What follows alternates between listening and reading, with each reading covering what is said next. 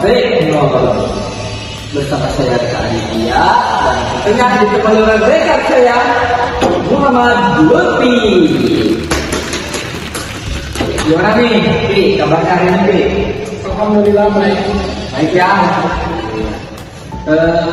Di sini tujuan saya mengundang Lutfi ya. Di sini kan saya akan membahas tujuan tentang algoritma. Nah, di sini kali ini kita akan membahas algoritma Brands and Go. Ya, gitu lah. Buat yang baru pertama kali dengar ya guys ya, tenang saja.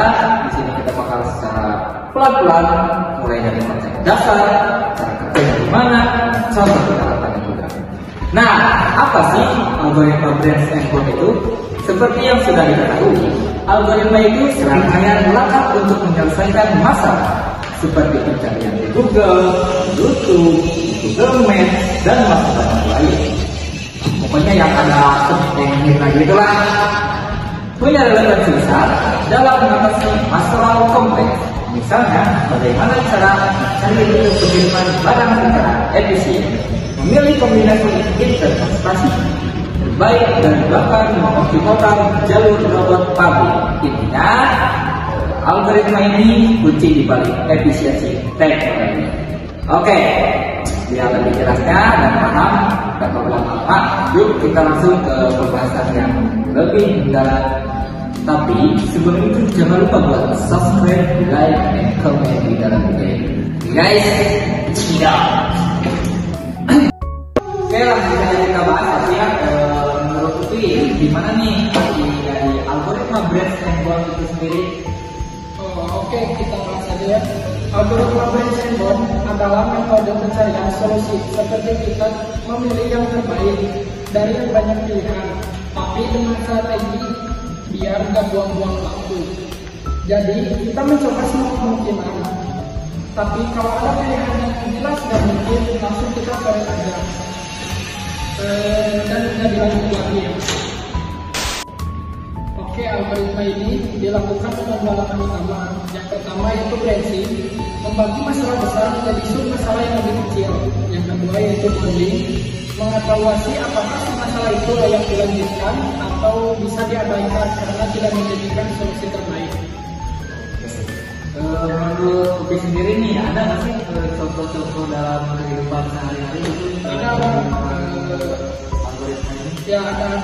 Contohnya dalam kehidupan sehari-hari yaitu yang pertama ya, mengatur jadwal harian, menyusun jadwal dengan memprioritaskan tugas berdasarkan pentingnya dan waktu yang dibutuhkan. Yang kedua yaitu rute perjalanan, mencari rute terpendek tanpa mencoba semua rute yang memungkinkan. Dengan begitu waktu tidak akan terbuang. Jadi ciri utama dari algoritma ini apa nih? Cirinya yaitu yang pertama, optimasi dan pencarian solusi terbaik, menyelesaikan masalah optimasi. Yang kedua, pembagian masalah atau branching, masalah besar dipecah menjadi sub-masalah yang lebih kecil. Setiap cabang mewakili satu kemungkinan solusi. Yang ketiga, batasan atau bounding, setiap sub-masalah dievaluasi dengan menentukan solusi yang lebih baik. Yang keempat, efisiensi ruang dan waktu, menghindari mencoba semua kemungkinan secara langsung dengan memangkas cabang yang tidak relevan. Brands and Go itu cara pintar untuk menyelesaikan masalah besar dengan cepat karena hanya fokus ke pilihan terbaik, tidak harus mencoba semuanya. Algoritma ini dipakai di teknologi modern seperti di aplikasi peta, pengiriman barang atau paket, atau bahkan investasi. Ada nggak sih salah satu contoh studi kasus di algoritma ini? Tentunya ada, salah satunya dalam bidang logistiknya. Jika sebuah perusahaan mengirimkan barang ke beberapa kota daerah, tantangan utamanya itu yang adalah harus memakan waktu yang paling singkat, menggunakan bahan bakar yang paling rendah juga. Dan masalah ini dikenal sebagai traveling salesman problem atau yang disingkat dengan TSP, yang merupakan salah satu optimasi bertujuan untuk mencari rute terpendek bagi bagi seorang penjual atau distributor. Dalam Brands and Bond merupakan algoritma yang sangat efektif untuk menyelesaikan masalah dalam studi kasus ini. Jadi cara kerja di algoritma Brands and Bond di studi kasus ini gimana nih? Cara kalau dijelasin nanti.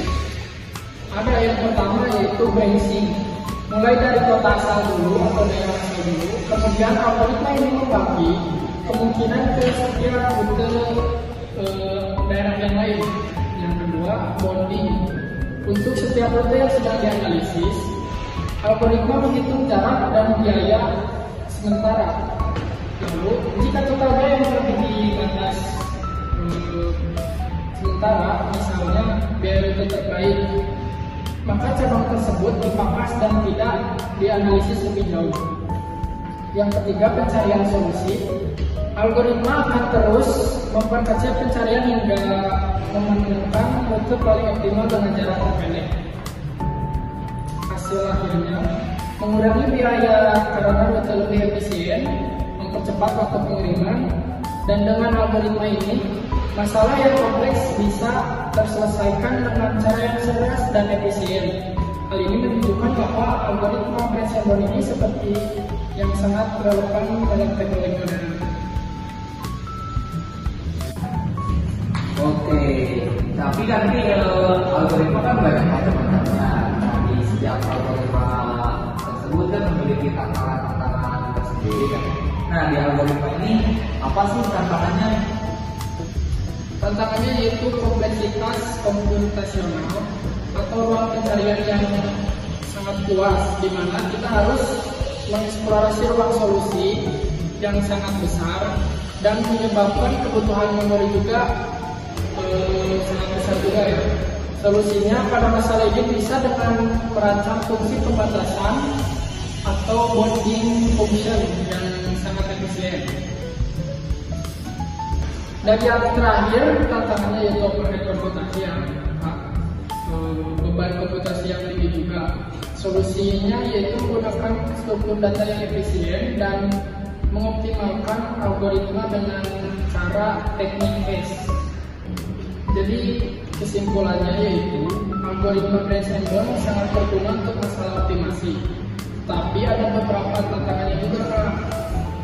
Untuk mengatasi tantangan tersebut kita bisa menggunakan cara seperti memangkas cabang-cabang yang tidak perlu, memakai struktur data yang efisien, dan menjalankan proses secara paralel dengan pengaturan yang benar.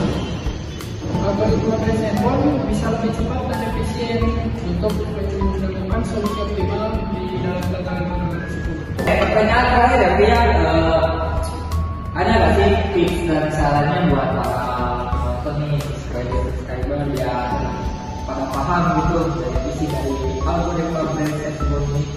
Ada nih tips dan saran untuk bagi pengembang atau siswa yang ingin memperdalam dalam bidang Brands and Bond ini ya.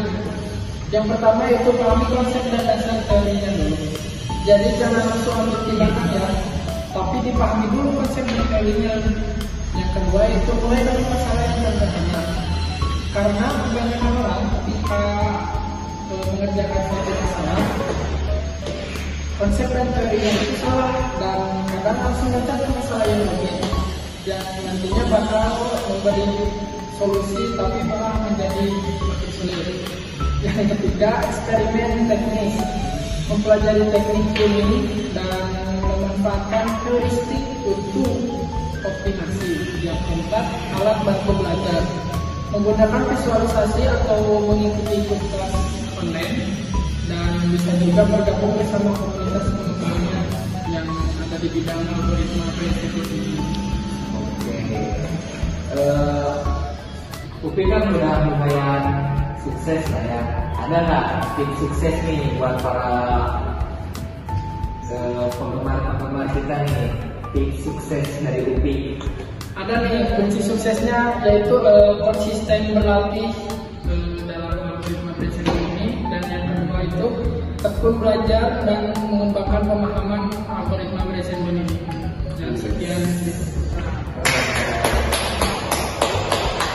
Oke, cukup panjang juga ya ternyata kita Cukup sampai juga ya. ngobrol kali ini. Nah, buat teman-teman yang mungkin kurang nyimak, saya akan rangkum nih poin-poin dari apa yang dibicarakan kita ini. Jadi, intinya algoritma brand segment itu metode untuk mencari solusi terbaik dari beberapa pilihan. Jadi, kita punya banyak pertimbangan dan akhirnya kita bisa menyimpulkan apa yang benar-benar kita butuhkan. Tentunya, jika ingin mengerti dan memahami, kita harus belajar dengan konsisten. Segitu saja mungkin teman-teman. Terima kasih khususnya kepada Upi telah menyempatkan hadirnya untuk berbicara dengan saya dan membahas apa itu algoritma brand segment. Seenggaknya kita jadi punya gambaran kan di algoritma ini. Oke, tanpa berlama-lama cukup sekian guys. See you next time.